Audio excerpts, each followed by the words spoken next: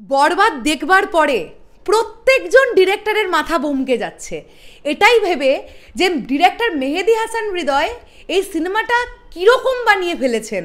মানে এইরকমভাবেও একটা বাংলা সিনেমা যে চিন্তা ভাবনা করা যেতে পারে, এই যে একটা বাংলা সিনেমার এই লেভেলের এক্সিকিউশন হতে পারে, মেগাস্টার শাকিব খানকে যে এইভাবে প্রেজেন্ট করা যেতে পারে, এটা তো এর আগে ন্যাচারালি সত্যিই তো কেউ ভাবতে পারেননি।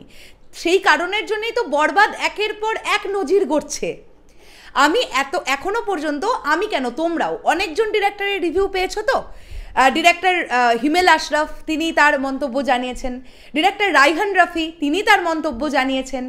এখন আমরা নতুন একটা মন্তব্য পেলাম কাজল অরিফিন অমি, তিনি মোস্ট প্রবাবলি গতকাল বরবাদ দেখে ফেলেছেন, আর দেখবার পরে তার পোস্ট ছিল এটাই, বরবাদ তারপরে শাকিব ভাইয়াকে ট্যাগ করা, শাকিব খান আগুন আগুন, হোয়াট অ্যান এনার্জেটিক মুভি। আমি তোমাদের দেখাতে চাই কাজল অরিফিন অমির পোস্টটা। এই যে কাজল অরিফিন অমির পোস্ট ছিল এটা, তিনি এটাই লিখেছেন যে হোয়াট অ্যান এনার্জেটিক মুভি, এবং মেগাস্টার শাকিব খানের প্রশংসা সকলে করছেন। শাকিব ভাইয়া এত ভালো একটা পারফরমেন্স দিয়েছেন না বরবাদে, মানে চরিত্রটাকে যেভাবে পুল অফ করেছেন, সত্যি কথা বলতে কি এর আগে শাকিব ভাইয়াকে না তো এরকম লুক, না এরকম মেকআপ, না এরকম গেট আপে আগে কখনো দেখা গেছে। দ্বিতীয়ত হচ্ছে শাকিব ভাইয়া নিজে যেভাবে আরিয়ান মির্জা চরিত্রটার মধ্যে ঢুকেছিলেন সেটা অনবদ্য। মানে আজকে এই মানুষটার তো 25-26 বছরের এক্সপিরিয়েন্স, তিনি না অভিনয়ে এতটা পোক্ত, এতটা ভালো, তিনি জানেন একটা চরিত্রকে কিভাবে পুল অফ করতে হবে।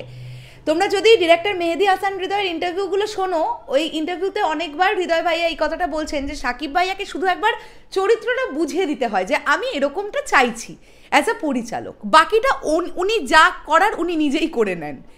উনি নিজেই বুঝে নেন যে কিভাবে নিজেকে তিনি পোর্ট্রে করবেন, এবং সেটাই ফাইনাল। মানে এটা ভাই একটা আলাদা লেভেলের ব্যাপার। এটার সঙ্গে সঙ্গে আরও একটা সুখবর তোমাদেরকে জানাতে চাই, এই যে বরবাদ আমরা দেখলাম, এটা অ্যাকশন ভায়োলেন্স জনরার ফিল্ম হলেও এটা কিন্তু একটা একদম প্রেমের গল্প, ইটস আ লাভ স্টোরি। হ্যাঁ, তো এরপরে ডিরেক্টর মেহেদী হাসান হৃদয় তিনি কী ধরনের ছবি পরিকল্পনা করছেন তিনি নিজেই জানিয়ে দিয়েছেন। আফটার বরবাদ তার সিনেমাটাও কিন্তু অ্যাকশন ভায়োলেন্স জনরার সিনেমাই হতে চলেছে, এটা তিনি নিজে বলেছেন। আমি তোমাদেরকে প্রমাণ সহ ব্যাপারটা দেখাই। দেখো, এখানে একজন সাংবাদিক হৃদয় ভাইয়াকে জিজ্ঞাসা করছেন, আর হৃদয় ভাইয়া কি বলছেন দেখো।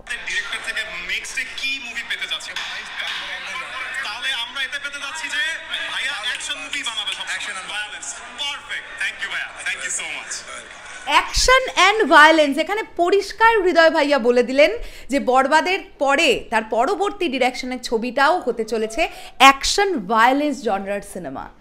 ডিরেক্টরের নাম যখন মেহেদী হাসান হৃদয়, স্পেশালি বরবাদের পরে দর্শক কিন্তু তাকিয়ে থাকবে যে নেক্সট প্রজেক্টটা কিভাবে নির্মাণ করেন ডিরেক্টর মেহেদী হাসান হৃদয়। বরবাদে আমরা এতগুলো ভায়োলেন্ট সিন দেখতে পেয়েছি, যদিও সেগুলোর কিছু কিছু ব্লার করে দেওয়া হয়েছে, আমরা দেখতে পেয়েছি। এর পরবর্তী ধাপে গিয়ে ডিরেক্টর মেহেদী হাসান হৃদয় কিভাবে প্রেজেন্ট করবেন তার হিরোকে, তিনি কি করাবেন তার হিরোকে দিয়ে, এক্স্যাক্টলি গল্পটা কিভাবে তিনি লিখছেন, এর থেকেও ভয়ঙ্কর ভায়োলেন্স তাকে দেখাতে হবে। বরবাদে তিনি যা দেখিয়ে ফেলেছেন তার থেকেও বড় কিছু। এখন কথাটা হচ্ছে সেই ভায়োলেন্স বাংলাদেশের সেন্সর সার্টিফিকেশন বোর্ড কতটা অ্যালাউ করবে, অনেকগুলো প্রশ্ন উঠছে। কিন্তু আমার মনে হয়, আমি বরবাদ দেখে যেটা ফিল করেছি, বা আমি এবং তোমাদের সৃঞ্জয়দা, যে হৃদয় ভাইয়া একদম হাটকে একজন পরিচালক, তিনি ভাবছেনই একদম অন্যভাবে, যেটা এর আগে কেউ এইভাবে ভাবতেই পারছে না। তাই দর্শকের এক্সপেকটেশন কিন্তু অলরেডি তৈরি হয়ে গেছে মেহেদী হাসান হৃদয়ের ছবি দেখবার জন্য আমার মনে হয়। সো আমরা ওয়েট করব হৃদয় ভাইয়ার পরবর্তী প্রজেক্ট কবে আসে, কবে কি হয়, অবশ্যই আমরা নিশ্চয়ই জানতে পারবো। সেটা জানার জন্য আমরা ওয়েট করলাম। শেষ করলাম ভিডিওটা, আসছে আবার খুব শিগগিরই নতুন কোনো ভিডিও নিয়ে। তাহলে এখনের জন্যে টাটা।